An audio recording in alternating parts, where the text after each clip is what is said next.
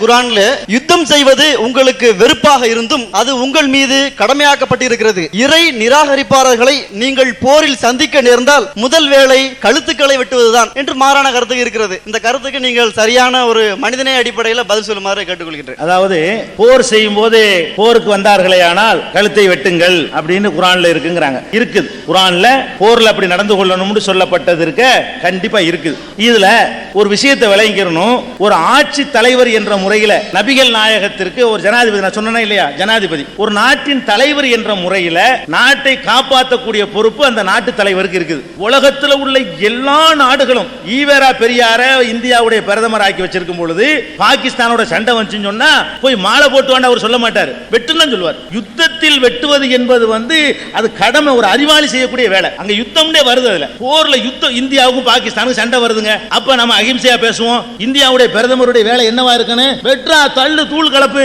எத்தனை தலையை வெட்டிட்டு அவ்வளவு பரிசு தர்றேன். யுத்த காலத்தில் இந்த பிரகடனத்தை செய்வது ஒவ்வொரு நாட்டை காப்பாற்றுவதில் அக்கறை உள்ள தலைவனுடைய கடமை. இது பகுத்தறிவுக்கு எதிரானது கிடையாது, மனிதநேயத்துக்கு எதிரானது கிடையாது. யுத்தம்னு வந்துருமையானால் அந்த யுத்தத்தில் கடைபிடிக்கிறதுக்கு ஒரு தனி தர்மங்களை உலகம் ஒத்துக்கிட்டு இருக்குது. அதனால அது குர்ஆன்ல இருக்கிறது உண்மைதான்.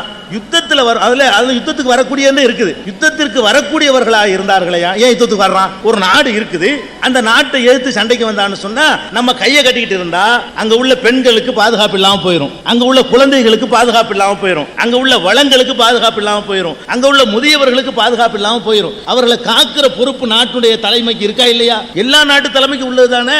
எல்லாரும் இதை பண்ணுவாங்க. தன்னை காத்துக் கொள்றது எப்படி தனி மனிதனுக்கு உரிமை இருக்குதோ அதே மாதிரி ஒரு நாட்டுக்கு தன்னை காத்துக் கொள்வதற்காக போர்ல வரக்கூடியவங்களை எதிர்த்து தானங்க நிக்கணும். போர்ல இருக்கிறவங்களை எதிர்த்து சண்டை போடுங்க என்பது எப்படி மனிதநேயத்துக்கு எதிரான நீங்க சொல்ல வர்றீங்க? அப்ப பகுத்தறிவாளர்கள் கையில ஒரு நாடு இருந்து, அவங்க கையில ஒரு ஆட்சி இருந்து, அவர்களை எதிர்த்து ஒரு நாடு படதிரட்டிக்கிட்டு வந்து அந்த நேரத்தில் நீங்க மனிதநேயம் பேசுவீங்களா? மனிதநேயத்துக்கு ஒரு லிமிட் இருக்கா இல்லையா? அடிக்க வரும்போது இந்த கணத்தை காட்டுறது மனிதநேயமா? மனிதநேயத்தை நீங்க தப்பா புரிஞ்சுக்கிறீங்க. யுத்தத்துக்கு மனிதநேயம் பேசக்கூடாது. யுத்தம்னா அது அடிக்கிறது தான் தர்மம். அவன் தான் அந்த சமுதாயத்தை காப்பாற்ற போனான்னு அர்த்தம். அவன் தான் சரியான மனுஷன். அவன் தான் பெண்கள், முதியவர்கள், குழந்தைகள், இயலாதவர்கள், சாதாரண குடிமக்களை காப்பாற்ற போனான்னு அர்த்தம். அதுக்காக தன்னை அர்ப்பணிச்சு கொண்டு களத்தில் இறங்கணும். அதனால போர்க்களம் போர்னு வந்துருச்சுன்னா இப்படி செய்யுங்க என்பது தப்பா? எல்லா நாடும், எல்லா மதங்களும், எல்லா தத்துவ ஞானிகளும், எல்லா அறிவாளிகளும் இதை செஞ்சுதான் ஆகணும். இதை செய்ய மாட்டேன்னு சொன்னா அவர் ஆள்வதற்கு தகுதி இல்லாமல் போயிடுவார். இது பெரிய சிம்பிளான ஒரு விஷயம் தான் இது.